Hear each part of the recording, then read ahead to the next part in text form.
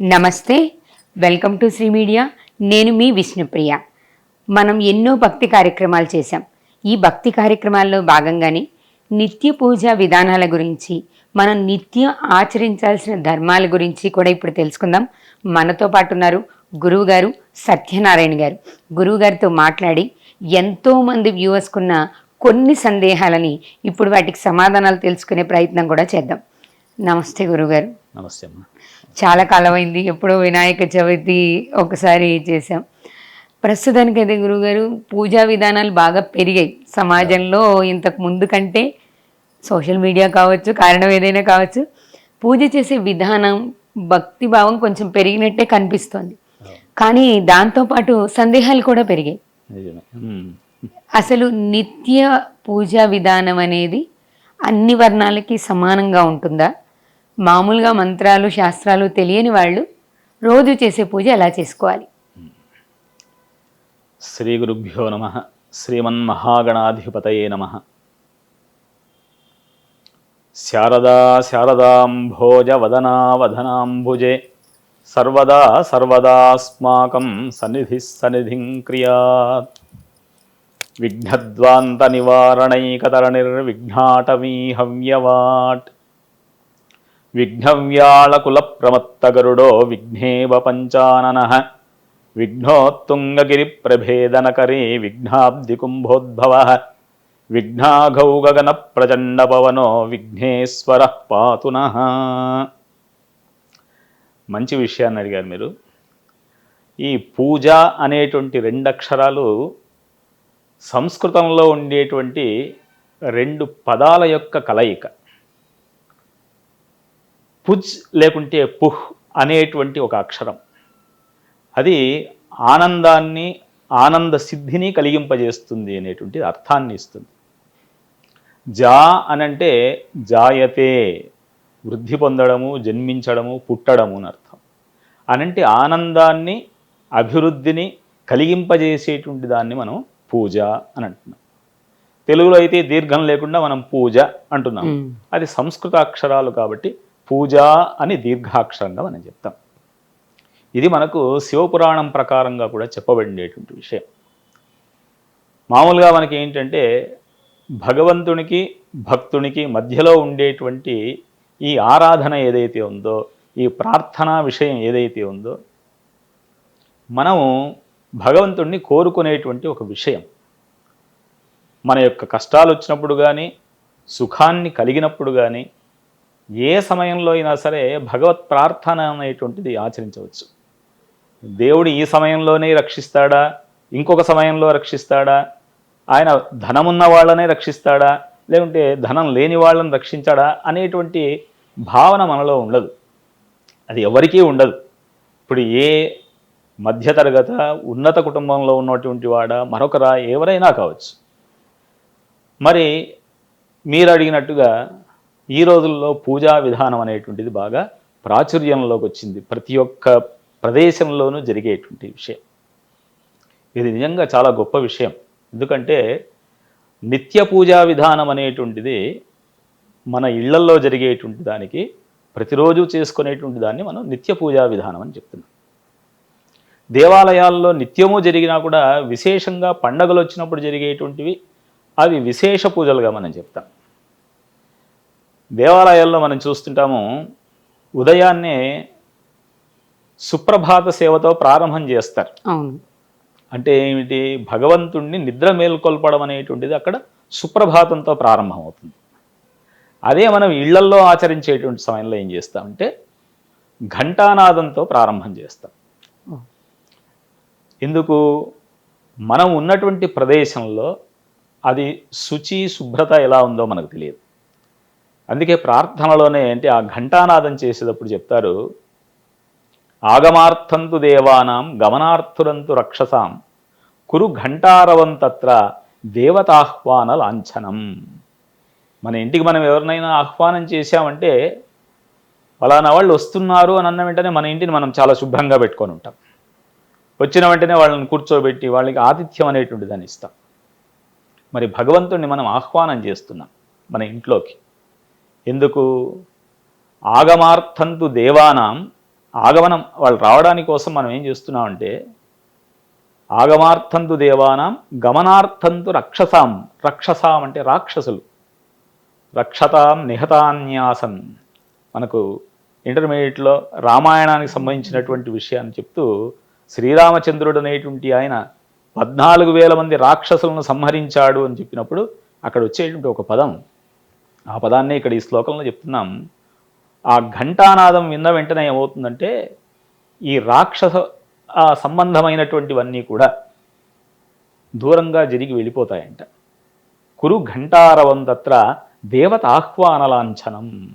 ఆ ఘంటా శబ్దం చేస్తూ భగవంతుణ్ణి లోపలికి అలా ప్రవేశింపజేయండి, ఈ రాక్షస బాధ అనేటువంటిదంతా కూడా తొలగిపోని అని చెప్తాం. మరి మంత్రాలు రానటువంటి వాళ్ళు ఎలా చేయాలి? మంత్రాలు వచ్చేటువంటి వాళ్ళకు మాత్రమే భగవంతుడు అనుగ్రహిస్తాడా అని కూడా మనకు ప్రశ్న వస్తుంది. ఇక్కడ మనస్సు అనేటువంటిది చాలా ప్రధానమైంది. మనం ఇంతకు ముందు అనుకున్నట్టుగా భగవంతునికి భక్తునికి మధ్యలో దేవాలయానికి వెళ్తే పురోహితుడు ఉంటాడు, పూజారి ఉంటాడు. అక్కడ ఆయన మంత్రోక్తంగా భగవంతుడిని అక్కడ అర్చన చేస్తాడు. మరి మనం ఇంట్లో ఉన్నప్పుడు మనకు ఆ పదాలన్నీ సంస్కృతంలో ఉన్నాయి, లేదంటే ఆ మంత్రోచ్చారణ చేయడం కష్టము, ఒకవేళ ఆ విధానం అసలు తెలియదు, ఆ విధానమే తెలియదు. ఇప్పుడు మనం కొన్ని అంగళ్ళలో చూస్తాం, షాపుల్లో చూస్తాం, ఉదయాన్నే ఆ తలుపు తెరిచిన వెంటనే భగవద్ ఆరాధన చేస్తారు, ఓ అగరవత్తి వెలిగించి అలా చూపిస్తారు. మరి అక్కడ మంత్రం చెప్తున్నారా? చెప్పేవాళ్ళు చెప్పవచ్చేమో కానీ చాలామందికి రాకపోవచ్చు. కానీ మనం ఇచ్చేటువంటి ఆ ధూప దీప నైవేద్యాలు ఏవైతే ఉన్నాయో భక్తిపూర్వకంగా మనఃపూర్వకంగా మనం ఇచ్చినప్పుడు భగవంతుడు వాటిని స్వీకరిస్తాడు. మరి ఈ పూజా విధానంలో మనము ఎప్పుడైతే భగవంతుణ్ణి మనస్సులో స్మరిస్తామో, అంటే మన కష్టాల గురించి కావచ్చు, మన ఇంట్లో ఉండేటువంటి మంచి కార్యక్రమాలకు కావచ్చు, వీటికి ఆచరించేటప్పుడు భగవంతుడిని పిలిచినప్పుడు ఆయన ఏ రూపంలో అయినా కూడా రావచ్చు. కొన్ని సందర్భాల్లో మనం అనుకుంటాం, నాకు ఈ పని అయితే చాలా బాగుంటుంది, దేవుడా నువ్వే రక్షించు అని అనుకుంటాం. మనకు తెలియకుండానే ఏదో ఒక రూపంలో వచ్చి మనల్ని రక్షించేటువంటి కాలం కూడా ఉంది.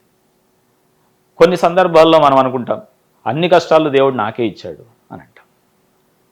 ఆ కష్టాలను కూడా నువ్వు అనుభవిస్తావా లేదా అనేటువంటిది ఒక పరీక్ష.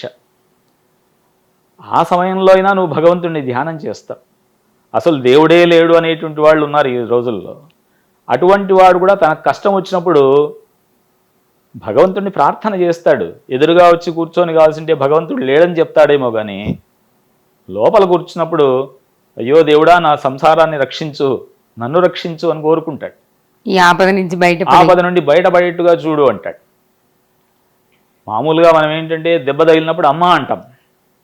ఎప్పుడైతే అమ్మ అన్నామో తల్లి ఏదో ఒక విధంగా రక్షిస్తుంది మనకు. అదేవిధంగానే భగవంతుడిని కూడా మనం ఏ రూపంలో పిలిచినా కూడా ఏదో ఒక విధంగా ఆయన వచ్చి మనల్ని రక్షిస్తాడు. చాలామంది అనొచ్చు, మీకు ఇంతమంది దేవతలు ఉన్నారు కదా అని. నిజమే, దేవతలు అదికేలే, ఎక్కువ మందే ఉన్నారు. మనం ఎక్కడైనా ఒక షాప్కి వెళ్ళాము అనుకోండి, బట్టల షాప్కి వెళ్ళాము, అక్కడ అనేకమైనటువంటి బట్టలు, అక్కడ చీరలన్నీ పరిచింటాడు. ఓ చీర చాలా బాగుంటుంది, దానికన్నా ఇంకా బాగుండేది ఇంకో చీర ఉంటుంది. అంటే అనేకమైన చీరలు, అనేకమైనటువంటి దేవతా రూపాలు అనుకుందాం. అబ్బా ఈ దేవుడు బాగున్నాడు, ఆ దేవుడు బాగున్నాడు, ఆ దేవుడు బాగున్నాడంట. ఇంతమంది దేవతల్లో నీవు ఇష్టపూర్తిగా ఎవరినైతే కొలుస్తున్నావో ఆ భగవంతుని యొక్క రూపం అక్కడ ఉంటుంది. అంటే నువ్వు ఇష్టపడిన చీర ఏదైతే ఉందో దాన్ని మనం తీసుకుంటున్నాం. అదేవిధంగానే భగవంతుణ్ణి కూడా మనం ఏంటంటే మన ఇష్టపూర్వకంగా ఉన్నటువంటి భగవంతుణ్ణి మనం ప్రార్థన చేసుకోవాలి, మిగిలిన దేవతలను కూడా ఆరాధన చేసుకోవాలి. ఒకరు ఎక్కువ ఒకరు తక్కువ అనేటువంటిది ఏమీ ఉండదు దేవతల యొక్క రూపంలో. అందుకే మనకేంటంటే మన సనాతన ధర్మంలో మన ఇంటికి వచ్చినటువంటి అతిథిని కూడా భగవత్ స్వరూపంగానే మనం చెప్తాం. అతిథి దేవో భవ. సుందరకాండలో ఆంజనేయ స్వామి సముద్రాన్ని లంఘించి వెళ్ళేటువంటి సమయంలో మైనాక పర్వతం, మైనాకుడు బయటికి వస్తాడు. అలాగా ఆంజనేయ స్వామి ఇంత పెద్ద సముద్రాన్ని దాటుతున్నాడు, ఆయనకు మనం సహాయం చేయాలి అనే ఒక ఉద్దేశంతో బయటికి అలా వచ్చినప్పుడు ఆంజనేయ స్వామిని అడుగుతాడు, అయ్యా కొద్దిసేపు ఇలా కూర్చొని విశ్రాంతి తీసుకొని ముందుకు వెళ్ళు అని అంటాడు. ఆ సమయంలో చెప్తాడు, అతిథి కిల పూజార్హ. అయ్యా అతిథి అనేటువంటి వాడు ఎప్పుడు కూడా గౌరవింపదగినటువంటి వాడు, వానిలో ఉన్నటువంటి గుణగణాలు అనేటువంటివి ఇక్కడ లెక్కించాల్సిన అవసరం లేదు. వాడు మంచివాడా దుర్మార్గుడా ఎవరైనా కావచ్చు, అతిథి అనేటువంటి వాడిని మనము గౌరవించాలి. అతిథి మర్యాదలు అని చెప్తాం. ఆ ఆతిథ్యాన్ని స్వీకరించమని అక్కడ కూడా కోరుకుంటాడు. సరే, ఆ ఆంజనేయ స్వామి అక్కడ విశ్రాంతి తీసుకోకుండా అమ్మవారి యొక్క దర్శనమయ్యే వరకు కూడా విశ్రాంతి తీసుకోకూడదు అనేటువంటి ఒక దృఢ నిశ్చయంతో బయలుదేరి వెళ్ళాడు ఆయన. అదే ఇక్కడ కూడా మనకేంటంటే ఒక పూజా విధానాన్ని అనేక మంది ఆచరిస్తున్నామంటే, అనేక మంది దేవతలను పూజిస్తున్నాము అని అంటే, ఒకరికి మైసమ్మ దేవత గొప్ప దేవుడు ఉండొచ్చు, ఒకరికి ఎల్లమ్మ ఉండొచ్చు, ఒకరి ఇంటి దేవత వెంకటేశ్వర స్వామి ఉండొచ్చు. ఏ దేవుణ్ణి ఆరాధన చేసినా కూడా నదీనాం సాగరోగతి అని చెప్తాం. ఎన్ని నదులు ప్రవహిస్తున్నా అన్నీ వెళ్ళి కలిసేది సముద్రంలోకే. అదేవిధంగానే మనం ఎన్ని కోరికలు కోరుకున్నా, ఎన్ని మనం పూజలు చేసినా అవన్నీ ఏదో ఒక భగవంతునికి దక్కుతాయి. ఆయన ఏదో విధంగా మనల్ని రక్షిస్తాడు. మరి ఇందులో మనం ఏంటంటే, ఇంతకుముందు చెప్పినట్టుగా ఘంటానాదం చేశాం. మంత్రం చెప్పకపోయినా మనం కొన్ని సందర్భాల్లో చేతిలో అగరబత్తి పట్టుకొని గంట మోగిస్తూ ఇచ్చేస్తాం. అంటే ఏమిటి? దుష్ట సంహారాన్ని చేసేటువంటి శక్తి ఆ గంటలో ఉంది. ఘంటానాదం అయిన తర్వాత మరలా మనం చేసేది ఏంటంటే, ఇందులో ప్రధానంగా ఒక కలశాన్ని ఉంచుకుంటాం, కలశం పెట్టుకుంటాం, కలశ పూజ అని చేస్తాం. ఎవరైనా గొప్పవాళ్ళు వస్తుంటే మనం పూర్ణ కుంభంతో స్వాగతం పలుకుతాం. దాన్ని బాగా అలంకారం చేస్తాం, అందులో నీళ్లు వేసుకుంటాం, మామిడాకులు పెడతాం, కొబ్బరికాయ పెడతాం, వస్త్రాలు వేస్తాం. ఇవన్నిటిని అక్కడ అందులో భగవంతుణ్ణి ఆవాహన చేసి మనం వాళ్లకు పూర్ణకుంభ స్వాగతం పలుకుతాం. ఏమిటి ఆ కలశంలో ఉన్నటువంటి గొప్పతనం ఏమిటి అంటే, కలశస్య ముఖే విష్ణు కంఠే రుద్ర సమాశ్రిత మూలే తత్ర స్థితో బ్రహ్మ మధ్యే మాతృగణా స్మృతా. ఆ కలశంలో ఉండేటువంటిది ఏమిటి? కలశస్య ముఖే విష్ణు, పైభాగంలో ఉన్నటువంటి దాన్ని విష్ణు స్వరూపంగా చెప్తున్నాం. కంఠే రుద్ర సమాశ్రిత, ఆ మధ్య భాగం ఏదైతే ఉందో మనం అక్కడ పూలతో అలంకారం చేస్తాం, లేదంటే ఒక పసుపు కొమ్మనైనా చుట్టుంటాం. అంటే ఏంటి? అక్కడ ఉండేటువంటిది శివుని యొక్క స్వరూపం. ఇక కింది భాగంలో ఉండేటువంటి భాగాన్ని బ్రహ్మస్వరూపంగా చెప్తున్నాం. విష్ణువు, శివుడు, బ్రహ్మ. మరి మధ్యలో నీళ్లు ఇటువంటివన్నీ కూడా మనం వేసాం. ఆ వేసింది ఏంటువంటిది మాతృగణాహ, మిగిలినటువంటి దేవతా స్వరూపాలన్నీ కూడా అందులో కూర్చున్నాయి. మరి ఆ నీళ్లు వేసింది మనం మన అందుబాటులో ఉన్నటువంటి నీళ్ళు వేసాం. కానీ మంత్రపూర్వకంగానో శ్లోకపూర్వకంగానో మనం ఏం చేస్తామంటే, గంగే చ యమునే చైవ గోదావరి సరస్వతి నర్మదే సింధు కావేరి జలేస్మిన్ సన్నిధిం కురు. ఉన్నటువంటి ఆ గంగలు ఏవైతే పేర్లు చెప్తున్నామో, గంగా, యమున, సరస్వతి, ఇట్లాంటివన్నీ ఆ 5 పంచగంగలను అందులో ఆవాహన చేస్తున్నాం శ్లోకంతో. మనం ఆ నీళ్లు తీసుకొచ్చి వేయకపోయినా ఈ మంత్రం చెప్పడం వలన ఆ దేవతల యొక్క శక్తి అందులో ప్రవేశిస్తుంది. మరి ఆ కలశానికి ఉన్నటువంటి గొప్పతనం అది. అది అయిన తర్వాత మనం ఈ సంకల్పం చెప్పుకోవడం కావచ్చు, కలశానికి పూజ చేయడం కావచ్చు, ఇవన్నీ చేసినా కూడా మొట్టమొదట ధ్యానం చేసేటువంటిది వినాయకుడిని ప్రార్థన చేస్తాం. ఎన్ని పనులు ఆచరించినా మాకు ఈ కష్టాలను తొలగింపజేయి అని కోరుకుంటాం. వక్రతుండ మహాకాయ కోటి సూర్య సమప్రభ నిర్విఘ్నం కురుమే దేవ సర్వకార్యేషు సర్వదా. సర్వదా అంటున్నా, ఎల్లప్పుడూ మేము ఏ సమయంలో ఏ పని ప్రారంభం చేసినా సరే మాకు మంచిని చేకూర్చు అని కోరుకుంటున్నాం. మరి వినాయక పూజ అయిపోతుంది. ఆయన ప్రార్థన చేసిన తర్వాత మనం చేసేటువంటిది షోడశోపచార పూజలు అని చెప్తాం. మరి షోడశోపచార పూజల్లో మనకు ప్రధానంగా చెప్పేటువంటిది ఆవాహన. ఆవాహనం నజానామి అని అంటాం. మనకు ఆవాహన చేసేటువంటి తెలియదు, అయినా కూడా నాకు తోచిన విధంగా నిన్ను పిలుస్తున్నాను. ఇప్పుడు ఇంటికి వచ్చినటువంటి వాళ్ళని ఎలా అయితే మనము ఆహ్వానించి కూర్చోబెడుతున్నామో ఆ విధంగా ఆయన్ను పిలుస్తున్నాం. ఆసనం, ఆవాహన, ఆసనం. తర్వాత ఏమిటి? పాద్యం, కాళ్ళు కడుక్కోవడానికి నీళ్ళు ఇస్తాం. పూర్వకాలంలో అయితే మనకు బయట ఒక బకెట్లో నీళ్లు పెట్టిండేవాళ్ళు. వాళ్ళు రాగానే ఒక చెంబుడు నీళ్ళు అలా ఇచ్చి వాళ్ళని కాళ్ళు కడుక్కొని లోపలికి తీసుకొచ్చి కూర్చోబెట్టేటువంటి వాళ్ళు. మరి ఈ రోజుల్లో అయినా మనం ఇంట్లోకి వచ్చిన వెంటనే కాస్త కాళ్ళు కడుక్కొని రండి అని కూడా చెప్తాం. అదేవిధంగానే భగవంతునికి కూడా ఇక్కడ ఏంటంటే పాద్యం అనేటువంటిది ఇస్తాం.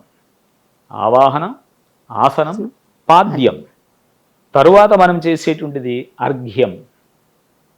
కొద్దిగా నీళ్లు వేసుకొని ఆయనకు అర్ఘ్యాన్ని అలా వదులుతాం. ఆ అర్ఘ్యం అనేటువంటిది ఇవ్వాలి. తరువాత ఆచమనీయం. మనం కేశవాయ స్వాహ, నారాయణాయ స్వాహ, మాధవాయ స్వాహ అని మనం చెప్పుకుంటూ వెళ్తాం. అక్కడ మంత్రపూర్వకంగా చెప్తాం.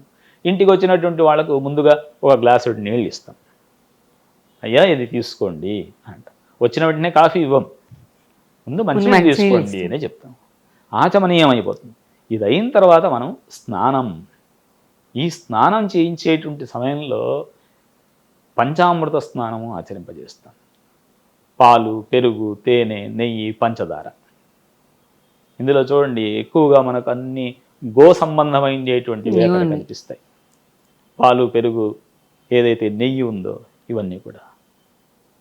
ఇటువంటి ఈ పంచామృత స్నానం అయిన తర్వాత దేవాలయాల్లో కావచ్చు, లేదంటే మన ఇళ్లలో ఏదైనా గొప్పగా విశేషంగా మనం పూజలు ఆచరిస్తూ ఉంటే, లేదా ఇంట్లో ఏదైనా శాంతి కార్యక్రమాలు చేసుకుంటుంటే, ఇంట్లో చిన్న పిల్లలు పుట్టారు, నామకరణం చేసుకుంటున్నాం అంటే బారసాల చేస్తున్నాము. ఇటువంటి సందర్భాల్లో మనం ఏంటంటే కొంచెం అధికంగా పూజలు చేస్తాం, అప్పుడు చేయిస్తాం కూడా. ఆ సమయంలో ఏం చేస్తాము, రుద్రార్చన చేయిస్తాం, రుద్రాభిషేకం చేయిస్తాం. నమక చమకాలతో కూడుకున్నటువంటి రుద్రాభిషేకం చేయిస్తాం. మరి ఈ రుద్రాభిషేకం అయిన తరువాత, అంటే స్నానం అంతా కూడా అయిన తర్వాత మనం ఇచ్చేటువంటిది వస్త్రం. ఈ వస్త్రాన్ని పూజా కార్యక్రమాల్లో, గొప్ప గొప్ప విశేష కార్యక్రమాల్లో మనం నిజమైనటువంటి వస్త్రాలనే పరిచుంటాం. ఒక పంచ కావచ్చు, ఒక చీర కావచ్చు, ఒక టవలు, రవిక ముక్క ఏదైతే ఉందో ఇవన్నీ పెట్టింటాం. మరి ఇంట్లో మనం చేసుకునే సమయంలో ఏం చేస్తామంటే వస్త్రార్థం అక్షతాన్ సమర్పయామి అని అంటాం. వస్త్రం బదులు నీకు అక్షతలు వేస్తున్నాను. లేదు అని అంటే మనం పత్తితో తయారు చేసి ఉంటారు వస్త్రాన్ని, ఆ వస్త్రం వేస్తాం. స్నానము, వస్త్రం. ఈ వస్త్రం అయిన తర్వాత మనం ఇచ్చేటువంటిది యజ్ఞోపవీత ధారణ. ఇది ఎందుకు మనం యజ్ఞోపవీత ధారణ చేస్తాము అంటే, ఇది మనం ఎక్కడి నుండినో బయలుదేరి వచ్చింటాం. యజ్ఞోపవీత ధారణ చేసుకునేటువంటి వాళ్ళకి చెప్తున్నటువంటి విషయం. భగవంతునికి అయితే మనం ఏం చేస్తామంటే ప్రతినిత్యము చేసేటువంటి పూజ కాబట్టి యజ్ఞోపవీతార్థం అక్షతాన్ సమర్పయామి అని చెప్తాం. అదే మనం వినాయక చవితి కానీ లేకుంటే గొప్ప గొప్ప కార్యక్రమాలు జరుగుతున్నాయి అనుకోండి, ఆ సమయంలో మనం ఏం చేస్తామంటే గొప్ప యజ్ఞోపవీతాన్ని వేస్తాం. అక్కడ పసుపులో అద్ది దానికి అంతా కూడా చేసిన తర్వాత అలంకారంలో అక్కడ వేస్తాం, మంత్రోక్తంగా చేస్తాం. అశుచిగా ఉండేటువంటిది శుచిగా అవ్వని, అశుద్ధి అనేటువంటిది వెళ్ళిపోని అనే ఉద్దేశంతో యజ్ఞోపవీత ధారణ చేస్తాం. అక్కడ ఈ యజ్ఞోపవీత ధారణ అయిన తర్వాత గంధం పరికల్పయామి. కొద్దిగా గంధాన్ని, సువాసనను అలా వేసేదానికి చూస్తాం. గంధం అయిన తర్వాత పుష్పం పరికల్పయామి. ఈ పుష్పాల విషయంలో అనేక రకాలైనటువంటి పుష్పాలను మనం వేయవచ్చు. పువ్వులు దొరికేటువంటి కాలం కష్టం అనుకోండి, అప్పుడేమిటి, పత్రం పుష్పం ఫలం తోయం యోమే భక్త్యా ప్రయచ్చతి అని చెప్పాడు భగవంతుడు. పత్రం, ఆకులు. మనకు ద్రౌపదీదేవి గురించి కానీ విదురుడి గురించి కానీ చెప్పినప్పుడు, విదురుడు ఆ కృష్ణుడు తన ఇంటికి వచ్చినప్పుడు అందులో తన్మయత్వాన్ని చెంది ఆయన భార్య కూడా అని చెప్తారు. ఇద్దరూ కూడా భగవంతుడిని సేవ చేస్తూ అరటిపండు ఇవ్వడానికి బదులుగా ఆ అరటిపండు తొక్కను ఇస్తారు అని ఆ భగవంతుడు కాదనకుండా తీసుకున్నాడు ఆయన. కాబట్టి అక్కడే మనకు తెలుస్తుంది, పత్రం అనేటువంటి దాన్ని భగవంతుడికి భక్తితో ఇస్తే ఏదైనా స్వీకరిస్తాడు. పుష్పం, గజేంద్ర మోక్షంలో ఏనుగు అనేటువంటిది భగవంతుడిని ప్రార్థన చేస్తుంటుంది, అయ్యా నన్ను రక్షించు అని. ఆ కొలంలో ఉంటుంది. ఆ కొలంలో ఉన్నప్పుడు తన చేతికి దొరికింది ఏమిటంటే కమలం. దాన్ని తీసుకొని అలా చూపిస్తూ కొన్ని చిత్రాలు మనం పటాన్ని చూస్తుంటాం, అలా పట్టుకొని ఉంటుంది. అంటే ఏంటి, భక్తితో ఇచ్చింది, నన్ను రక్షించు అని. అంటే అప్పటి వరకు నాకు శక్తి ఉంది అని పోరాడింది. ఎప్పుడైతే శక్తి క్షీణించిందో అప్పుడు ఏంటంటే భగవంతుడు గుర్తుకొచ్చాడు, ఇక నా పోరాటం అయిపోయింది. పుష్పం, ఫలం. ఇక్కడ మనకు చెప్తున్నాడు, రామాయణంలోనే శబరి ఉంది. శబరి శ్రీరాముని కోసం అన్నీ కూడా ఆ పళ్ళు అక్కడ తీసిపెట్టినప్పుడు ఆమె ఆ పళ్ళను భగవంతునికి అర్పించింది, శ్రీరామునికి ఇచ్చింది. పత్రం పుష్పం ఫలం తోయం, తోయం అంటే నీళ్లు.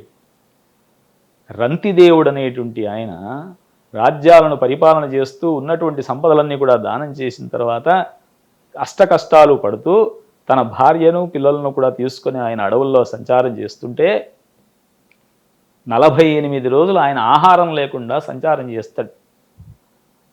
చివరికి ఒకరోజు మాత్రం ఆయనకు ఒక చోట కొద్దిగా అన్నము అంటే బియ్యము, కొద్దిగా నీళ్లు ఏదో తయారు చేసుకోవడానికి అన్నీ దొరుకుతాయి. ఇంటికి వచ్చి ఏదో విధంగా తయారు చేస్తారు, వంట తయారు చేస్తారు. అన్నం సిద్ధమై ఉంటుంది. ఈ అన్నం సిద్ధమయ్యేలోపు ఇక భోజనం చేద్దాం అనుకుంటుంటారు. ఈలోపు ఒక ఆయన భవతీ భిక్షాందేహి అని వస్తాడు. మరి భోజన సమయంలో వచ్చాడు, భవతీ భిక్షాందేహి అని అడిగాడు, లేదనడానికి లేదు. అందుకేమైంది, సగభాగాన్ని తీసి ఆయనకు సమర్పించాడు. ఆయన ఆకలి తీర్చాడు. సరే బయలుదేరి వెళ్ళిపోయాడు ఆయన. ఇక మిగిలిన సగాన్ని తిందాం అనుకున్నారు, భాగం చేసుకున్నారు. మరలా ఇంకొక వృద్ధ దంపతులు వచ్చారు. అయ్యా ఆకలిగా ఉంది మాకు అని. ఉన్న ఆహారాన్ని ఇచ్చాడు, పంపించాడు. 3 భాగాలు చేసుకున్నప్పుడు 3 వచ్చారు, ముగ్గురికి ఇచ్చి పంపించేశాడు. ఇక మిగిలింది కేవలం నీళ్లు మాత్రమే మిగిలాయి. ఈ నీళ్ళన్నా తాగుదాం అనుకున్నాయంట. ఈలోపు ఒక చండాలుడు ఒక ఆయన అక్కడికి వచ్చాడు. అయ్యా నేను దాహంతో ఉన్నాను, నా దాహాన్ని తీర్చు అని. నీళ్లు తాగబోతున్నటువంటి ఈయన ఏం చేశాడు, ఇంకా ఒక చుక్క కూడా నీళ్లు వేసుకోలేదు, కానీ వచ్చినవాడు నీళ్లు కావాలని కోరుకున్నాడు. ఆ నీళ్లను కూడా దానం చేశాడు. మరి ఆహారం లేకుండా ఉన్నాడు. ఎప్పుడైతే ఇలా అన్నీ కూడా దానం చేశాడో ఆ వచ్చి వెళ్ళినటువంటి వాళ్ళంతా కూడా భగవత్ స్వరూపాలే, దేవతలే ఆ రూపంలో వచ్చారు ఈయనను పరీక్ష చేయడం కోసం. అందుకే ఆయన నీళ్లను దానం చేసినటువంటి వాడు గొప్పవాడు, ఆహారం దానం చేసిన వాడు అని చెప్తాం. ఇక్కడే ఈ 4 పదాలు మనకు కనిపిస్తున్నాయి. పత్రం పుష్పం ఫలం తోయం యోమే భక్త్యా ప్రయచ్చతి. ఎవరైతే భక్తితో ఇస్తారో అటువంటి దాన్ని నేను స్వీకరిస్తాను అన్నాడు. మరి ఇలాంటి పుష్పాలు ఏవైతే ఉన్నాయో వీటిని మనం వీధిలో దొరికితే అక్కడ 2 పూలు కోసుకొచ్చి దేవుడికి భక్తితో పెట్టినా చాలు. పూలు దొరకకపోతే 2 ఆకులు తీసుకొచ్చి పెట్టినా కూడా చాలు.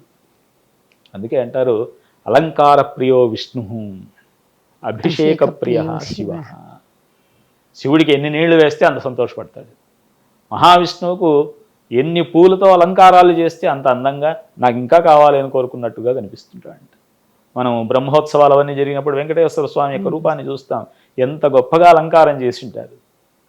అదే మనం శివరాత్రి వచ్చినప్పుడు అభిషేకాలు చేస్తుంటారు, ఎన్ని నీళ్లు వేస్తుంటామో అయినా కూడా ఆయన ఏం వద్దనలేదు, కావాలనే కోరుకుంటుంటాడు. మరలా తల మీద గంగాదేవి ఉంది, అయినా కూడా నీళ్లు వేస్తుంటే స్వీకరిస్తూనే ఉంటాడు.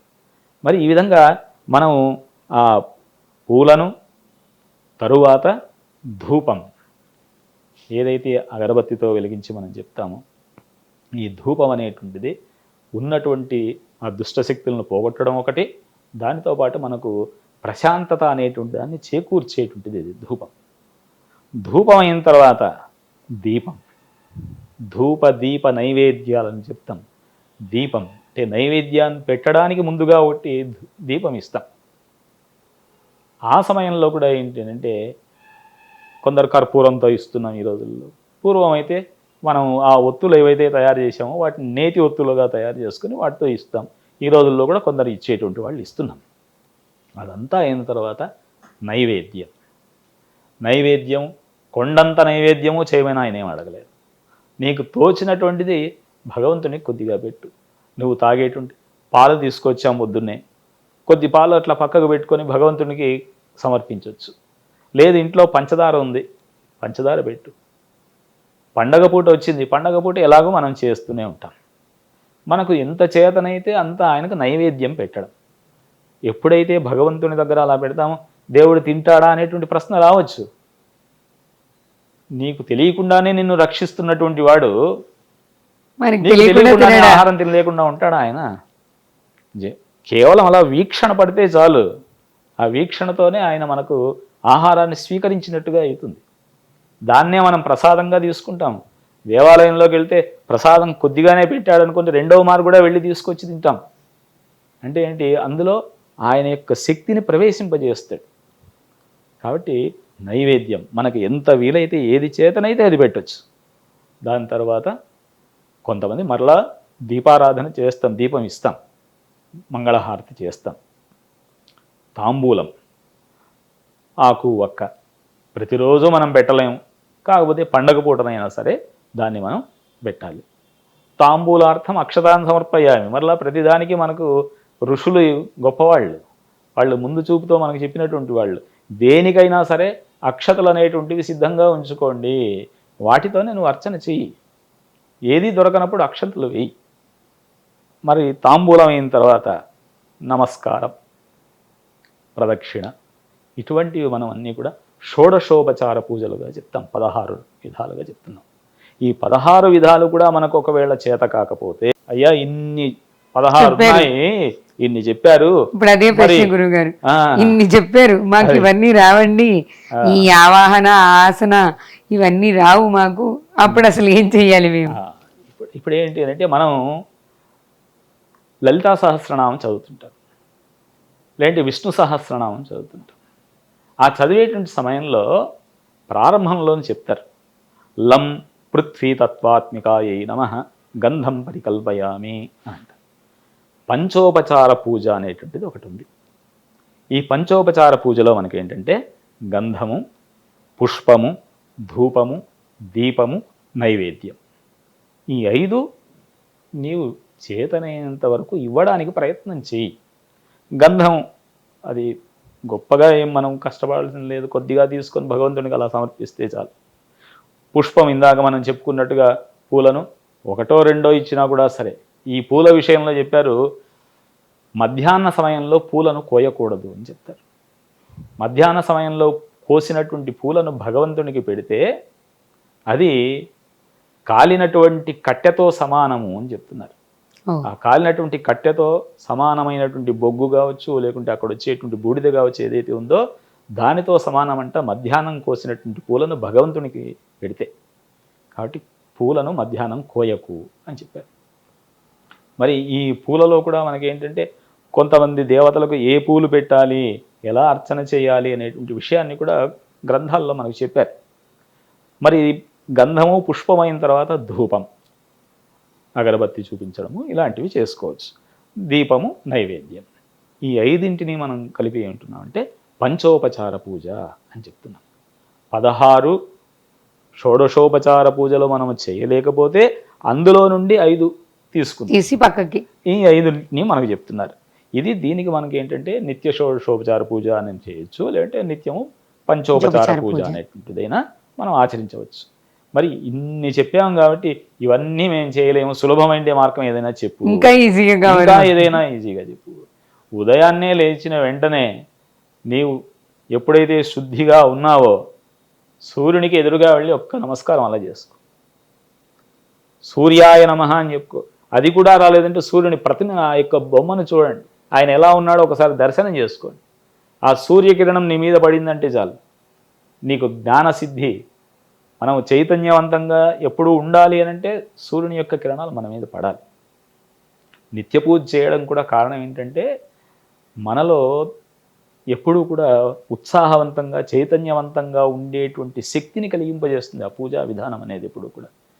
ఇప్పుడు మనం ఏదో ఉదయాన్నే లేచి అంతా అయిపోయిన తర్వాత ఒక్కసారి అట్లా భగవంతుని దగ్గర కూర్చొని నమస్కారం చేసుకొని ఇలా బయటికి వెళ్తున్నామనంటే మనసులో ఏదో ఒక శాంతి అనేటువంటిది కనిపిస్తుంది. నువ్వు అన్ని మంత్రాలు చెప్పాల్సిన పని లేదు, అన్ని చేయాల్సిన అవసరం లేదు. కేవలం అయ్యా నువ్వు నన్ను రక్షించు, నేను క్షేమంగా ఉండాలి, అందరూ బాగుండాలి, అందులో మనం ఉండాలి ఉంటాం. కాబట్టి అదే మనం కోరుకునేది కూడా, మన యొక్క సంస్కృతి సంప్రదాయంలో మనం చెప్పుకునేది అదే, సర్వే జనాః సుఖినో భవంతు. కేవలం నా ఇంటివాడు నేను మాత్రమే కాదు, సర్వే జనాః, కేవలం భారతదేశంలో ఉన్నవాడే కాదు, ప్రపంచం మొత్తం ఎక్కడైతే ఒక సూక్ష్మజీవి మొదలుకొని ప్రతి ఒక్కరూ కూడా క్షేమంగా ఉండాలి అని కోరుకుంటున్నాం. అందుకే లోకాః సమస్తాః సుఖినో భవంతు అని అంటున్నాం. అంటే ఏంటి, మన యొక్క సంస్కృతిలో మన యొక్క సనాతన ధర్మంలో అందరూ క్షేమంగా ఉండాలి అనే కోరుకుంటున్నాం. ఇంత కోరుకున్నటువంటి వాడికి ఇన్ని పెద్ద మంత్రాలు చెప్పాల్సిన అవసరం లేదు. చెప్పేటువంటి వాళ్ళు చెప్తారు, చెప్పలేనటువంటి వాళ్ళు కనీసం భగవంతుణ్ణి దర్శనం చేసుకోవడమైనా ఉత్తమం. మరి నిత్య పూజ చేసేటువంటి వాళ్ళు ఈ రోజుల్లో ఎక్కువగా అయ్యారు ఇళ్లలో కూడా చేస్తున్నాం, పూజలు చేస్తున్నాం అంటున్నాం కాబట్టి ఆ పూజా విధానము ఇంటిని శుద్ధి చేసుకొని భగవంతునికి నమస్కరిస్తే అదే పూజ చేసినట్టు.